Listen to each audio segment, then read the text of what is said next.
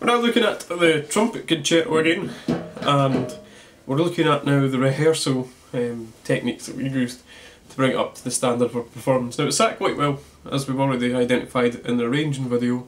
It sat quite well on the instrument, so the opening sort of phrases didn't need much rehearsal, and a lot of the material didn't need much rehearsal, but just little bits to refine it. So ways that we could do that were, for example, in bar 51, after the first introduction part, there's got 8 semiquavers in the bar, which we used to make sure sound nice and spiky. So the way of rehearsing them that I used was slowed them down and identified each of the notes.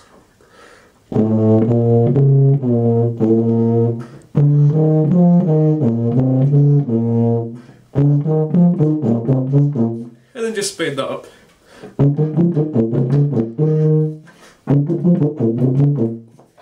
So we're now playing context.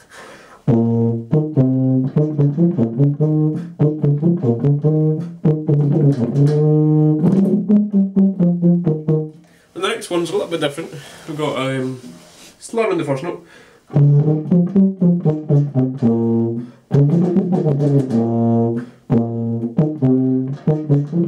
it was back to the next phrase. So it was just to refine these by slowing them down a little bit, working out the notes, and trying to get them to sound as much like the trumpet as possible, and as short as the trumpet would play it. And if that means that we've got to play the final arrangement just a little bit under tempo to get that clarity, then so be it. We're then preserving the original music as much as we can through the performance of it. So there's a little bit further on, bar 64, where we've got a similar phrase. And it's again just working it through, making sure we've got those slurs, so we can maybe play the slurs on their own. And then use the other notes on their own as well. And put them together.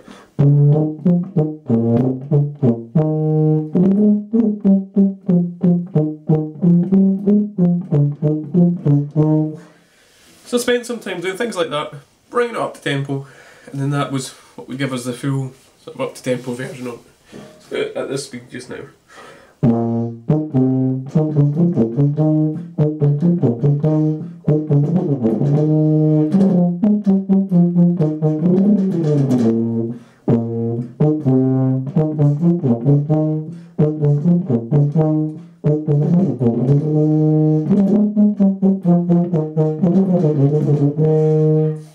So out of tomorrow's rehearsal, I think I'll work on them a little bit more and just get them a little bit clearer.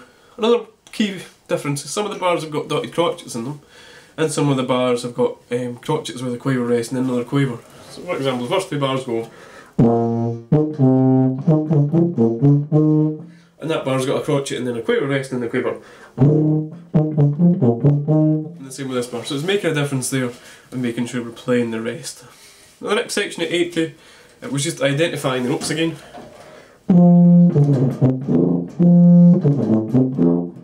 And making sure we're playing all the notes accurately. Dum, da da dum, bum bum, bum, ba da dum. And they kind of take care of themselves a little bit. And we could have also slowed down.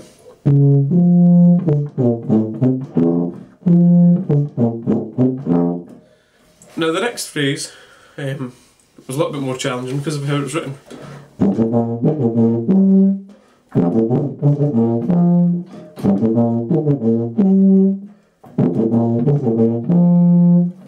And it tripped me up a little bit just to get the tonguing right on this. Da-da-dum, dee-da-dum-dum. And just slow that all the way down and just play that as it's written.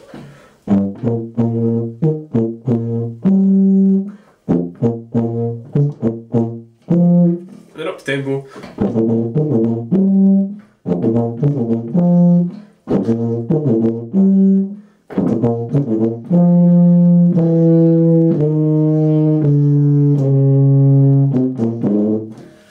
The next phrase is pretty simple, plays itself the next one.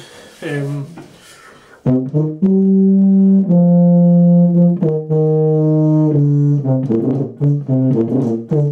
it's ensuring these 2 bars that we play the slurs. And we just make those quavers a little bit more staccato. And it's a contrast there. A lot of Haydn's work in this writing, in this concerto, or a lot of his writing, is just about contrast, down to pianos, down to mezzo fortis, up to fortis, and it's long notes contrasted by these shorter sort of semiquaver runs and things. So then I have a repeat of the opening phrase, which we've already went over how I rehearsed that, and then it comes down a fifth and starts on an E flat instead of the B flat, and then the next phrase we have is this.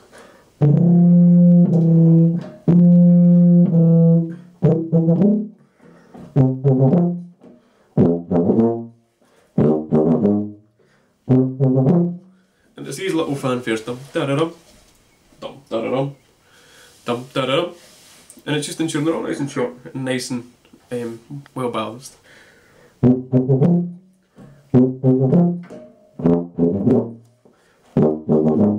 And to get these all the way across the register that we've got there, it starts on a C, goes down to an E flat. We're just starting on the bottom note, and we just went up each degree of the scale.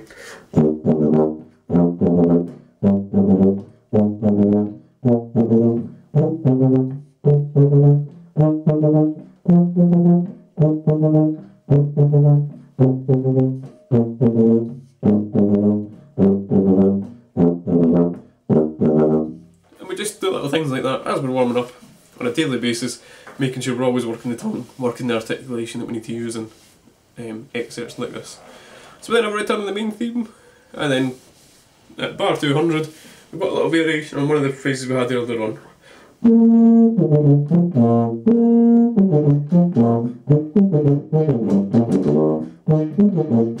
And it changes there, so this phrase is a little bit more difficult. But we go back. It's really important we hit the top B flat when it comes in.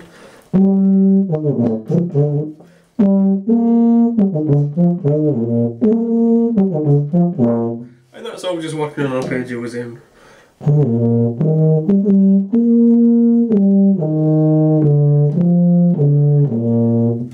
we can do them, used a few of them whilst we're doing that, just going up and down to make sure we're hitting that first note accurately every time.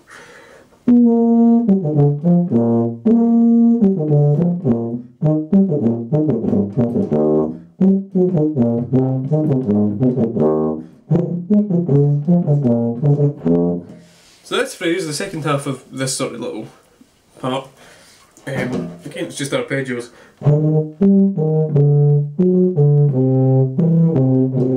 And we could go down, all the way down the scale, moving down each valve, just playing that little arpeggio, da dee da dum, and it'll help with some of them.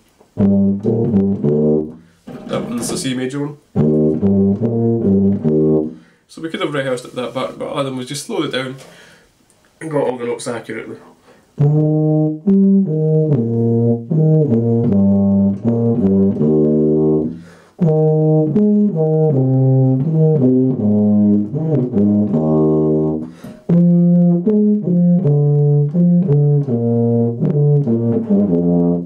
And then up to tempo.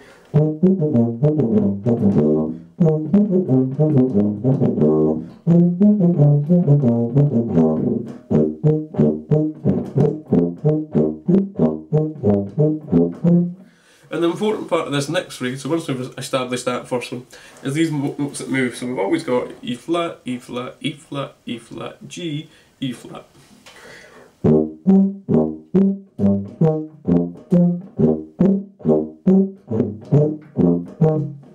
So we can maybe go.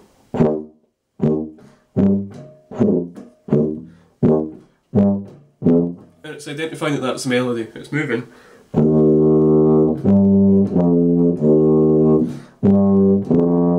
With those notes up the octave.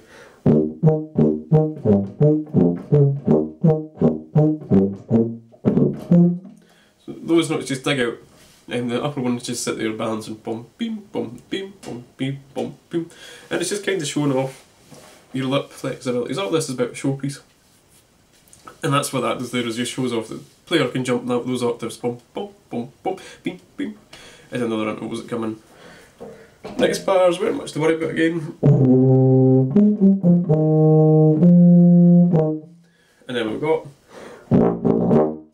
Now it was keeping these nice and short down the lower register. So we just rehearsed them and made sure they were always nice and tight.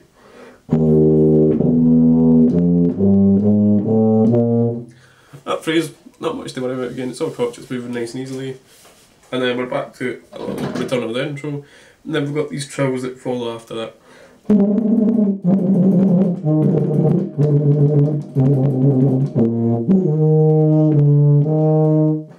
Now if we look at the trills on their own, it's moving harmonically by scale from G down.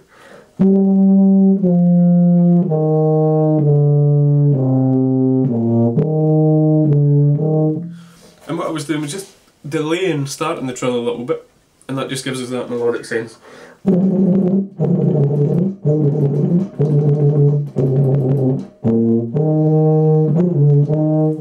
that we know where we're moving, and it's making sure that we can slow the trill down if we need to practice it. And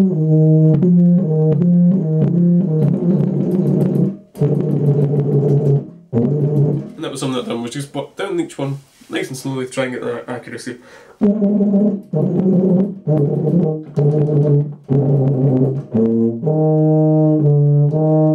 Because there is a danger with the top ones that might trill down the way on the E, on the G, and do it G down to F instead of G up to the A flat.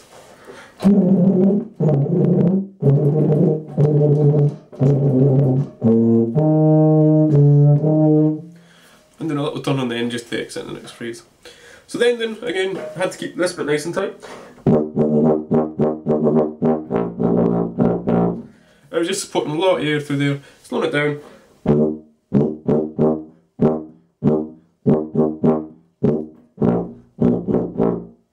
And speeding that up to the tempo.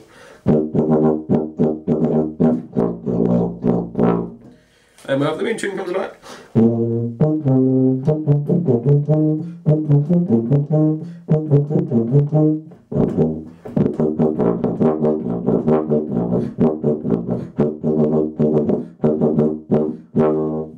I went to practice the reading there just to make sure we're in the right places, but also making sure that we're moving the right notes there. And that we don't lose any energy and that we don't lose any speed over these notes.